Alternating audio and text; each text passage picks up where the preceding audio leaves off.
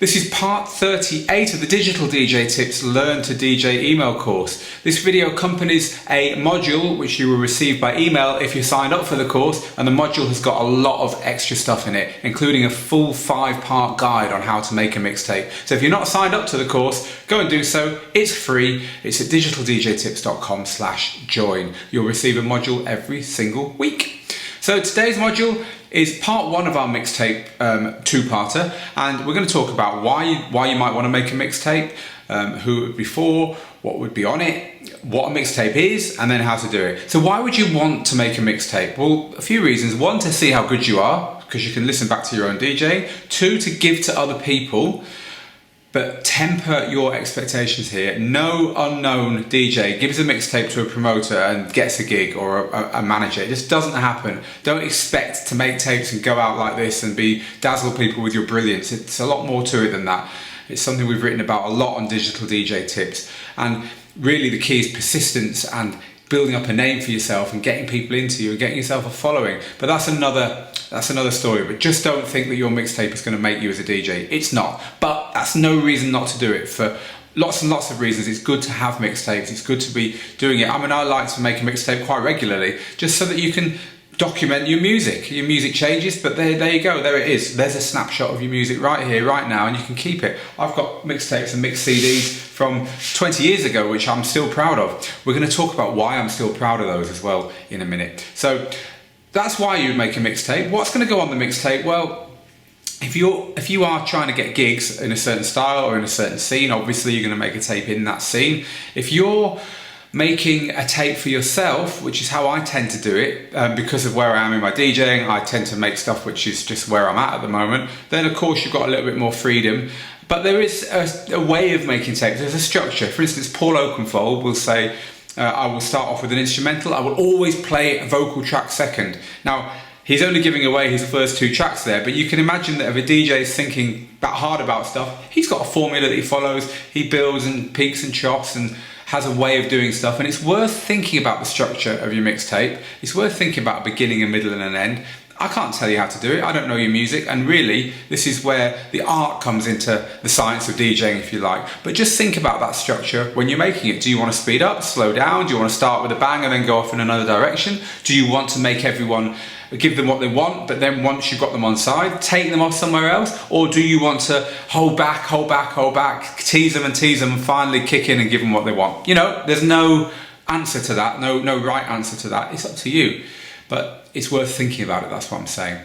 So we know what a mixtape is. It's never on tape anymore, of course. It's on CD, it might be online, but we also now have covered what's going to go on it. We now need to talk about how to make it. Well, you know, nowadays there's a lot of technology there. Nowadays you can use software to take your tracks and put them together and do it all, build it up piece by piece without actually performing in order to record the mix.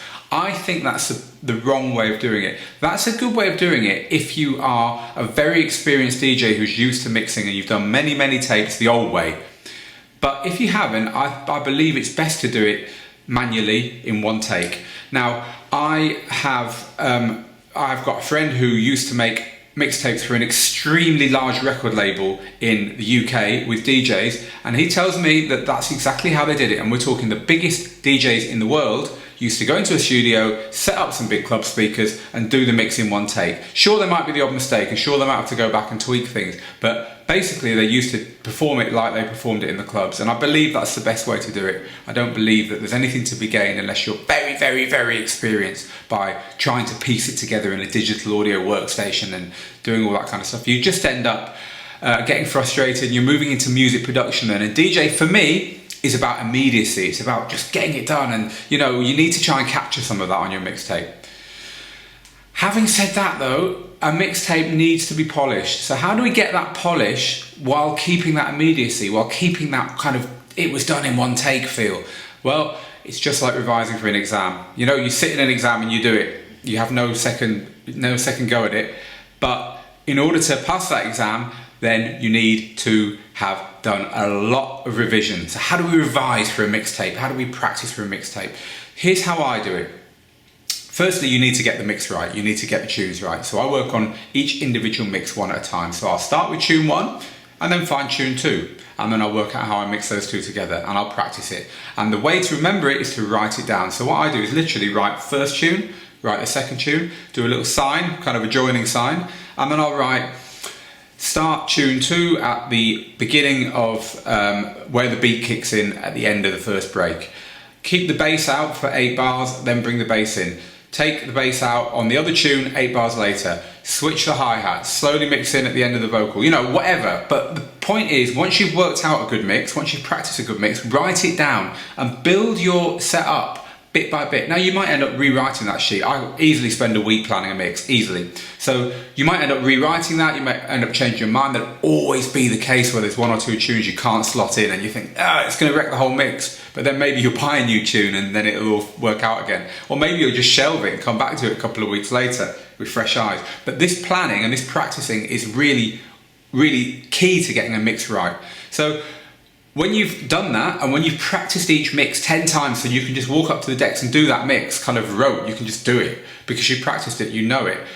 And when you can do that for all the mixes, that's the time to put your sheet of paper by your controller and take a deep breath, hit record on your DJ software and start mixing. What if your DJ software hasn't got a record button? What if you're using LE software? Well, then you need to find a way of recording. There's complicated ways of routing the audio output from your controller into your computer, or just record it on something else, on another computer, or record it on whatever you've got. You know, you might have an iPod that can record or whatever. That's up to you. Full strength DJ software will let you just hit record, and that's the best way of doing it. Record it as a WAV file or a lossless audio file rather than an MP3, just there's no point reducing the quality at this stage. So after doing all that, you might find that your mix goes wrong. You know, in an exam, that's it. You end up getting 7 out of 10 in the exam, 70% or whatever, you did all your revision and you had one go at it, you're quite happy. With a mixtape, we really want to get it 95% or even 100%. So the beauty of mixing, of course, is that you can go back and do it again. You don't just get one go. Hopefully with all the practice, you will get it right in 5, 6, 7 goes. You know, that's the nature of the beast. You will have to do it that many times to get it right on average. But the one thing I'd say here is I always say when you're mixing, when you're practicing mixing, don't have video game syndrome. And by video game syndrome, I mean you start playing a video game and you lose 2 lives on the first screen and you go, sod it, and hit reset. You don't carry on playing. But if you had carried on playing, you might have the best run ever. You know, your last life might last you until further than you've ever gone. With recording a mix, of course, you want to get it perfect. So in this instance, this is probably the only instance when you're practicing your DJing that I would say, if it goes wrong, just stop, take a deep breath. If you're pretty angry about it, then go and do something else for an hour. Come back when you're calm and have another go. You've done the practice, so it shouldn't take more than half a dozen goes to get it right. But it's like the difference between reading and writing. Talking and writing. If you're talking, you and I are chatting, I'm just talking to you now, or I'm imagining that I am anyway, the odd thing goes wrong, it doesn't really matter. But if you're writing, instead of just chatting to someone, if you're writing a really important letter or you're writing a book or something, you really want to get that right. And it's worth putting the effort in to get that right, because when it's done, that's your statement of the best you can do.